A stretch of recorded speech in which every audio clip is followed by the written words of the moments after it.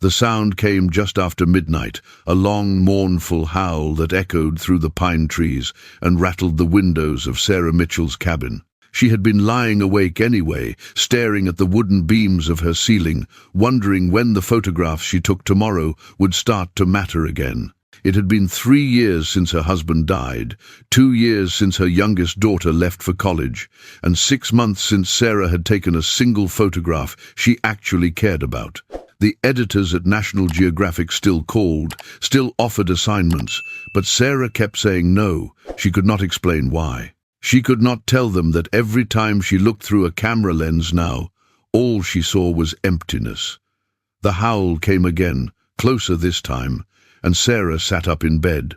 She had been living in this remote cabin on the edge of Jasper National Park for 8 months, renting it from a park ranger who spent most of his time in town. The wilderness here was pristine, untouched, exactly the kind of place that used to inspire her best work.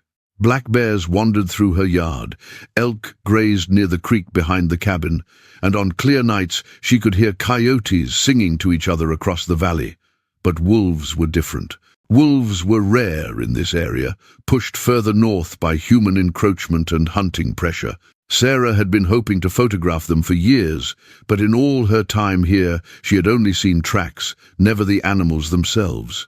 She walked barefoot to her window and pulled back the curtain.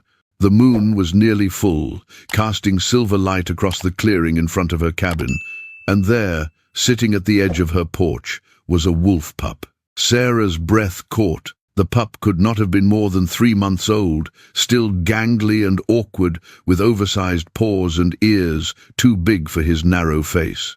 His coat was an unusual shade of silver grey, almost white in the moonlight, with darker markings around his eyes that made him look like he was wearing a mask. He sat perfectly still, his head tilted back, and howled again. It was not a full wolf howl, not yet, more like a puppy's attempt at one, high-pitched and wavering. But there was something in that sound that made Sarah's chest tighten. It was the sound of complete loneliness, the sound of someone calling out to a family that was not coming back. Sarah had spent 25 years photographing wildlife across 6 continents. She had tracked mountain gorillas in Rwanda, camped with polar bears in the Arctic, and spent 3 months living with a leopard researcher in Namibia. She knew wolf behavior. She knew that pups this young did not survive alone, that they needed their pack to teach them to hunt, to protect them from larger predators, to keep them warm through harsh northern winters. She also knew that she should not interfere. Wild animals were wild for a reason. Human interference, no matter how well-intentioned, almost always ended badly for the animal.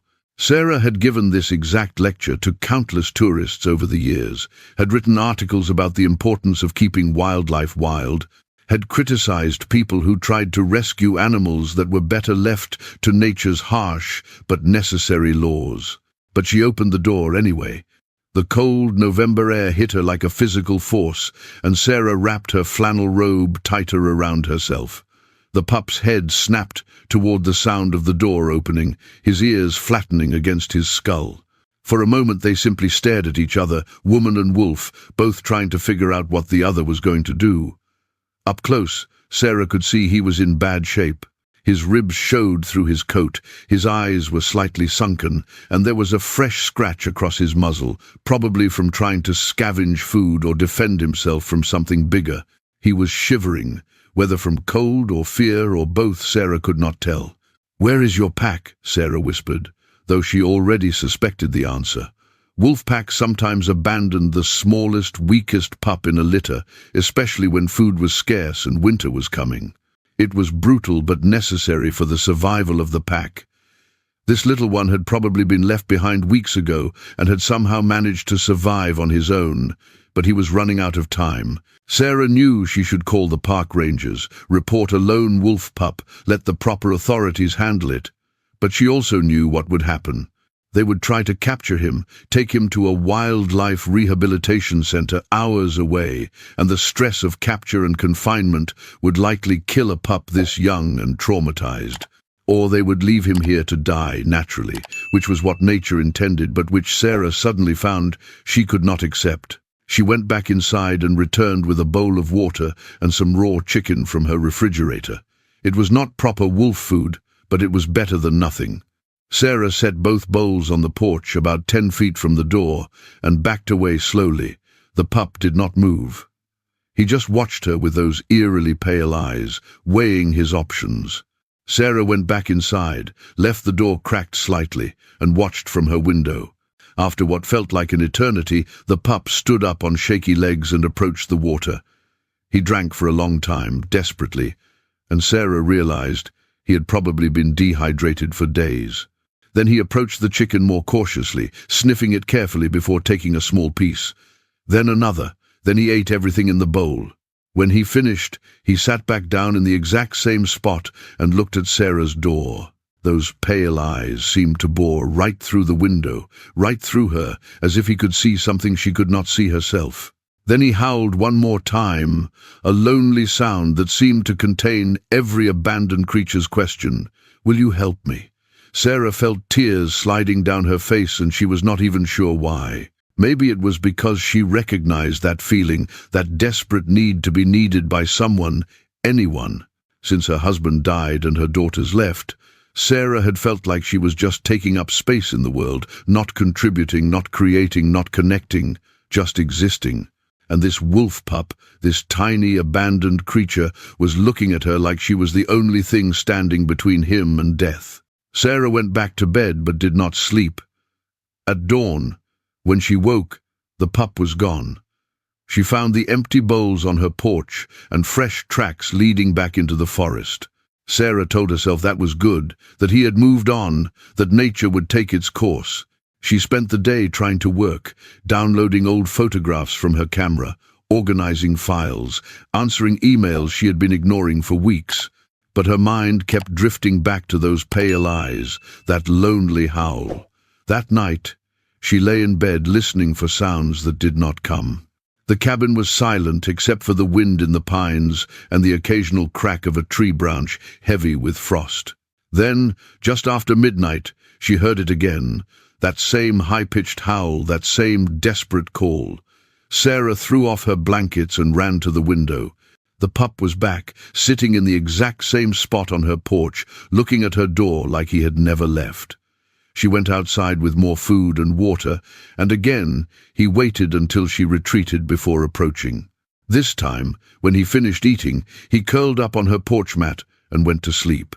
Sarah watched him through the window until dawn, watched his small sides rise and fall, watched him twitch and whimper in his sleep. He was dreaming. Sarah wondered what abandoned wolf pups dreamed about. This became their pattern. Every night, just after midnight, the pup would appear on Sarah's porch. Every night she would feed him, give him water, watch him eat and sleep, and every morning he would be gone before she woke, vanishing back into the forest like a ghost. On the 5th night, Sarah made a decision. She called the park ranger whose cabin she was renting, a man named Jack Reeves, who had worked in Jasper for 15 years. She told him everything, expecting judgment or a lecture or immediate intervention. Instead, Jack was quiet for a long time. "How far away is your cabin from park headquarters?" he finally asked. "About 12 kilometers, Sarah said. "Through some pretty rough terrain," Jack said slowly.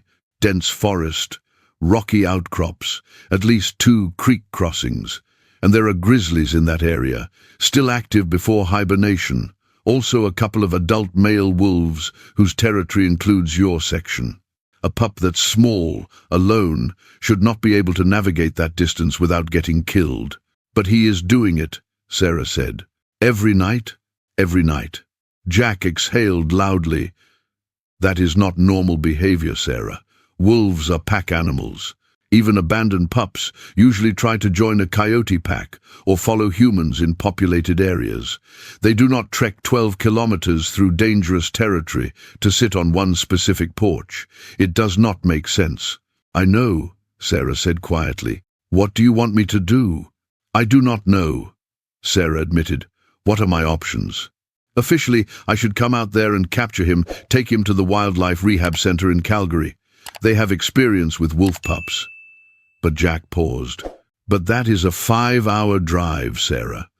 The stress of capture and transport kills a lot of wild animals, especially young ones who are already traumatized.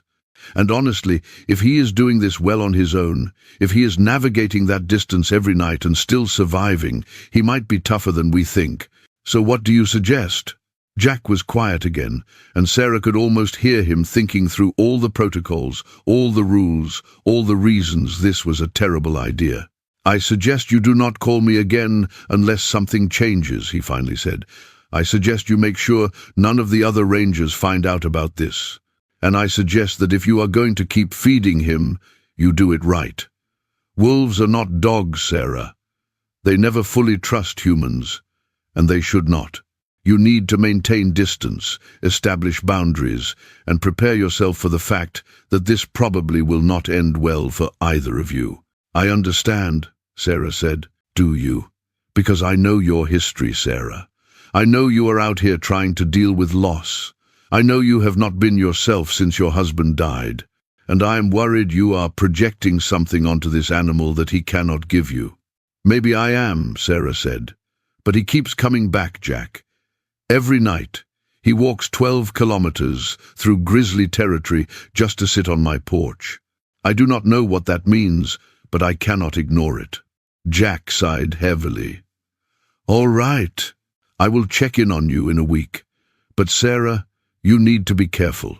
Wolves are predators. No matter how small and cute he is now, he is going to grow up. And when he does, you need to be ready to let him go. After they hung up, Sarah went outside to where the pup was sleeping on her porch. She sat down in her rocking chair, keeping a respectful distance, and just watched him breathe. In the moonlight, his coat looked like spun silver, and Sarah understood why people had always mythologized wolves.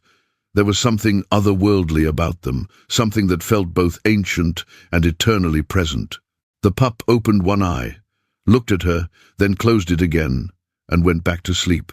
He trusted her enough to sleep in her presence. That trust felt like both a gift and a responsibility. You need a name, Sarah said softly. I cannot just keep calling you pup in my head. She thought for a moment. You show up in the middle of the night like a ghost. Your coat is silver like moonlight. You should not exist, but you do. Ghost. I am going to call you Ghost. The pup's ear twitched slightly at the sound of her voice, but he did not wake. Sarah sat in her rocking chair until dawn, watching over him, and for the first time in 3 years she felt something other than grief. She felt purpose. The next several weeks were an education in wolf behavior. Ghost appeared every night, and every night Sarah fed him, but she followed Jack's advice about maintaining boundaries. She never tried to touch him, never invited him inside, never treated him like a pet. She researched wolf nutrition and started buying proper food, raw meat mixed with bones and organs, supplemented with berries and vegetation. She learned to read his body language, to understand when he was comfortable versus wary, to recognize the subtle ways he communicated. Wolves were not dogs, despite the common ancestor. They were wilder, more cautious, more attuned to danger. But Ghost was also young and curious, and slowly he started spending more time on Sarah's porch. He would arrive earlier each night, sometimes before midnight, and leave later each morning, sometimes staying until the sun was fully up. He started exploring the area around the cabin while Sarah watched from her window, pouncing on fallen leaves, stalking birds, practicing the hunting skills he should have been learning from his pack. He was teaching himself to be a wolf, and Sarah was his only witness. One evening in early December, Sarah was outside splitting firewood when Ghost appeared earlier than usual, emerging from the tree line while it was still light. This was a first. He had always come after dark, as if the cover of night made him feel safer, but now he sat at the edge of the clearing and watched Sarah work. She continued splitting wood, pretending not to notice him, but her heart was racing. This felt like a test, like Ghost was deciding whether she could be trusted in daylight, in her full human form, wielding an axe and making loud noises. Sarah finished her work and carried the wood to her porch. Ghost did not move. She went inside and came back out with his evening meal, setting it in the usual spot. This time, instead of waiting for her to retreat, Ghost stood up and walked toward the food while she was still standing there. He stopped about 15 feet away, close enough that Sarah could see the individual hairs in his coat, could see the way his whiskers twitched as he scented the air. They looked at each other for a long moment. Then Ghost walked past her, ate his meal, and curled up on the porch mat like he had done every night for weeks. That was when Sarah realized something crucial had shifted. Ghost had decided she was safe, not just safe enough to accept food from, but safe enough to be vulnerable around. This was a level of trust that wild wolves rarely gave to humans, and Sarah understood the weight of it. She was not just feeding a hungry animal anymore. She was forming a relationship with a creature who was supposed to fear her species. And that relationship came with responsibilities she was not sure she was equipped to handle. As winter deepened, Ghost grew rapidly. By January he was twice the size he had been when Sarah first saw him, his gangly puppy proportions filling out into the lean muscle of a juvenile wolf. His howls deepened, losing that puppy whine and gaining the resonance of a maturing male. He started catching his own food, bringing down rabbits and squirrels, though Sarah continued to supplement his diet with meat and bones. She documented everything in her journal, took photographs with a long lens, recorded videos of his development. It was the first photography project she had cared about in years, but there were also difficult moments. One night in late January, Sarah was reading on her porch when Ghost suddenly appeared with fresh blood on his muzzle and a large gash across his shoulder. He was limping badly, and when Sarah stood up to get a better look, she saw the wound was deep, probably from a fight with another predator. Her first instinct was to rush over, to help, to bandage the wound, the way she would with a domestic dog. But Jack's warning echoed in her mind. Maintain boundaries, do not treat him like a pet, prepare yourself for loss. Sarah forced herself to stay where she was. Instead, she went inside and brought out her old veterinary kit, the one she had carried on wildlife assignments for years. She set it on the porch and opened it, laying out antiseptic and bandages where Ghost could see them. Then she backed away. Ghost watched her with those pale eyes, clearly in pain, clearly uncertain. Sarah sat down in her rocking chair and waited. After a long time, Ghost limped over to the kit and sniffed it. Sarah talked to him in a low, calm voice, explaining what each item was, knowing he could not understand her words but hoping he could understand her tone. "I cannot force you," Sarah said quietly. "But that wound needs to be cleaned or it will get infected. If you trust me, if you let me help, I can fix this. But it has to be your choice." Ghost looked at her, then at the kit, then back at her. Then he lay down next to the kit and put his head on his paws. It was a position of submission, of trust. Sarah's hands were shaking as she approached him. She moved slowly, telegraphing every movement, talking the entire time. When she touched him for the first time, Ghost tensed, but did not pull away. His fur was coarser than she expected, more like wire than softness. She cleaned the wound as gently as she could, applied antiseptic, and wrapped it with bandages that she knew he would probably chew off within hours.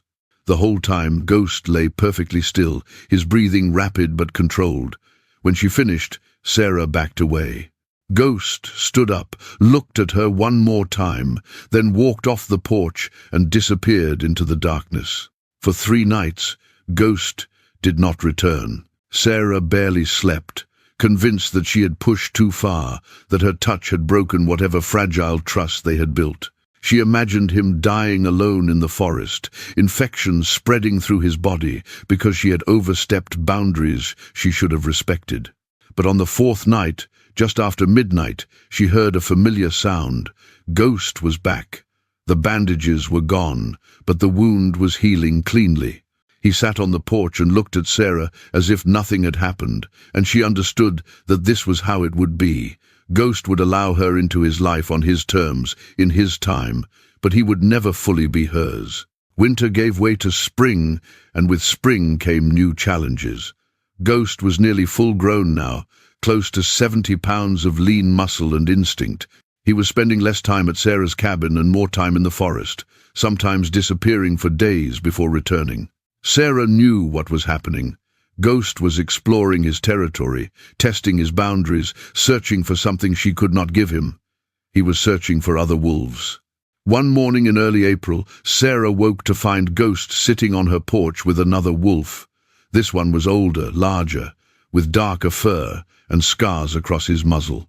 He was clearly an alpha male, and he was clearly not happy about Ghost's relationship with a human. The older wolf's lip curled, showing teeth, and a low growl rumbled from his chest.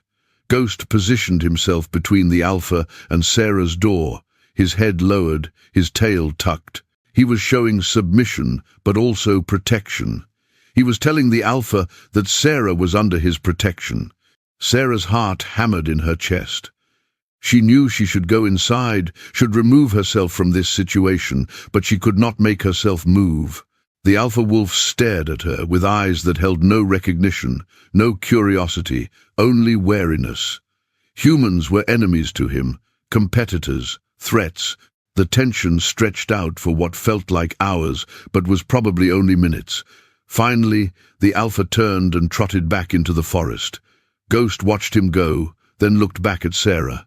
She could have sworn he looked relieved. Jack came by later that week for one of his regular check-ins. When Sarah told him about the alpha, his expression grew grave. "That is a wild pack forming in this area," he said. "If Ghost joins them, that is good. That is what should happen. But Sarah, you need to understand something. If he joins that pack, and they start viewing you as part of their territory, as someone they can approach for food, that is dangerous, for you and for them. Wolves who lose their fear of humans end up getting killed. You know that." "I know," Sarah said quietly. "Are you going to be able to let him go?" Jack asked gently. "I do not have a choice," Sarah said, but her voice cracked on the last word. Over the next month, Sarah saw Ghost less and less frequently. He would appear every few nights, stay for a few hours, then vanish back into the forest. Sometimes she could hear howling in the distance, multiple voices singing together, and she knew Ghost was with the pack. She was happy for him and heartbroken for herself in equal measure. This was what she had wanted, what she had known needed to happen, but that did not make it hurt any less. She had lost her husband to cancer, her daughters to their own lives, and now she was losing Ghost to the wild. The cabin felt emptier than it ever had before. Then one morning in late May, something extraordinary happened. Sarah was on her porch drinking coffee when Ghost emerged from the tree line, but he was not alone. The alpha male was with him, along with two other wolves, a female and a younger male. They stopped at the edge of the clearing, keeping their distance, but they were not showing aggression. They were just watching. Ghost walked halfway between the pack and Sarah's cabin, looked at her, then looked back at the pack. Then he did something Sarah had never seen a wild animal do. He walked to a spot about 50 feet from Sarah's porch and lay down. He was showing the pack that this place was safe, that this human was not a threat. Sarah understood what was happening with a clarity that took her breath away. Ghost was not bringing the pack to her cabin to mooch food or become habituated to humans. He was showing them that there were some humans who could be trusted. He was teaching them to distinguish between Sarah and the hunters, the developers, the people who had encroached on their territory. He was building a bridge between two worlds that were supposed to be separate. Over the following weeks, this became a pattern. Ghost would bring the pack near Sarah's cabin, always maintaining distance, never approaching for food.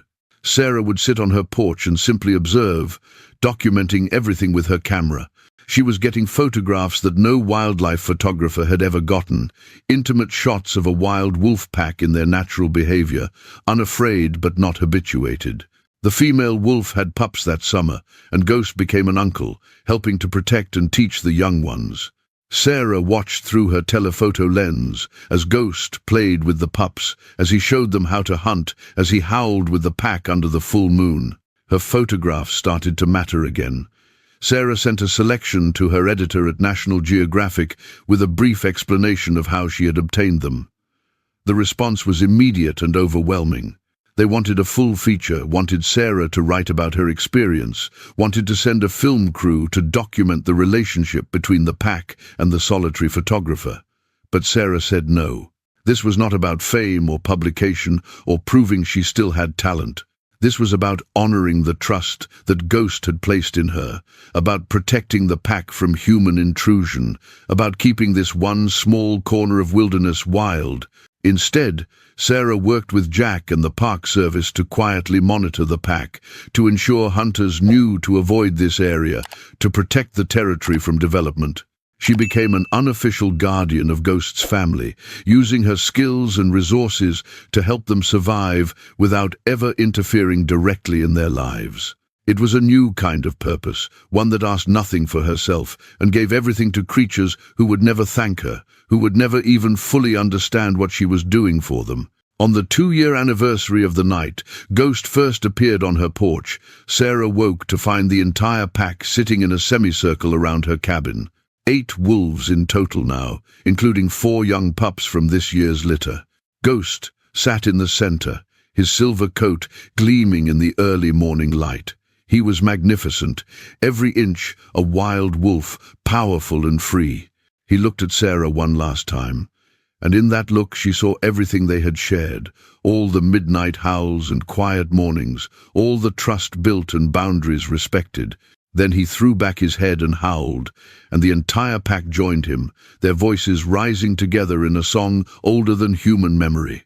Sarah sat on her porch and listened, tears streaming down her face, and understood that this was goodbye. Not forever, but goodbye to the small wolf pup who had knocked on her door every night.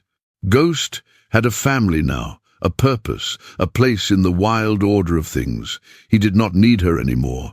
And somehow, in the process of helping him find his way, Sarah had found hers too. She picked up her camera and started shooting, capturing this moment of perfect wildness, this impossible gift that Ghost had given her. The pack moved on after that morning, disappearing deeper into the wilderness. Sarah still saw Ghost occasionally, caught glimpses of Silver moving through the trees, heard familiar howls in the distance. But he never came back to her porch, never approached her cabin. He had learned what he needed to learn, had taken what she could give him, and had moved on to the life he was meant to live. Sarah stayed in the cabin. She started taking photographs again, real ones, the kind that mattered. She documented the changing seasons, the wildlife that moved through her clearing, the delicate balance between civilization and wilderness. Her work started appearing in magazines again, but this time she chose projects that highlighted conservation, that told stories about coexistence, that asked humans to make space for wildness in a world that was running out of it. 3 years after Ghost left, Sarah was awarded a prestigious conservation photography prize. As she stood on stage accepting the award, she told the audience a story. She told them about a wolf pup who appeared on her porch in the middle of the night, who taught her that loneliness was not forever, who showed her that purpose could be found in the most unexpected places. She told them about how saving him had actually saved her, how the connection they formed had healed something in her that she did not even know was broken. She told them that Ghost was still out there somewhere, still wild, still free, still teaching his pack to navigate a world that did not always make space for them. Some people do not believe her story. They think she embellished it, made it more dramatic for the sake of narrative. But Sarah knows what happened in that cabin in the Canadian wilderness. She knows what it feels like to be chosen by a wild creature, to be trusted by something that has every reason to fear you. She knows that some bonds transcend species, that some connections cannot be explained by science or reason, that sometimes the universe brings exactly who we need into our lives at exactly the right moment. Sarah is 60 now. Her daughters visit more often, bringing grandchildren who love to hear stories about Ghost. She still lives in the cabin, still watches the forest, still listens for howls in the night. And sometimes, on clear winter nights when the moon is full, she hears a familiar voice rising from the trees. It is deeper now, mature, the howl of an alpha male who has lived a good life. And Sarah smiles, because she knows that voice, She knows it is Ghost, still out there, still surviving, still wild. And she knows that somewhere in that song is a message meant just for her, a reminder that they saved each other once, that they gave each other what they needed most, that they will always be connected by those midnight meetings on a cabin porch, by the trust they built and the boundaries they honored. Sarah goes back inside and sleeps peacefully, knowing that some things are meant to be wild, that love does not always mean keeping, that sometimes the greatest gift you can give another being is the freedom to become exactly what they were meant to be. Ghost taught her that, and in teaching her, he gave her back her life.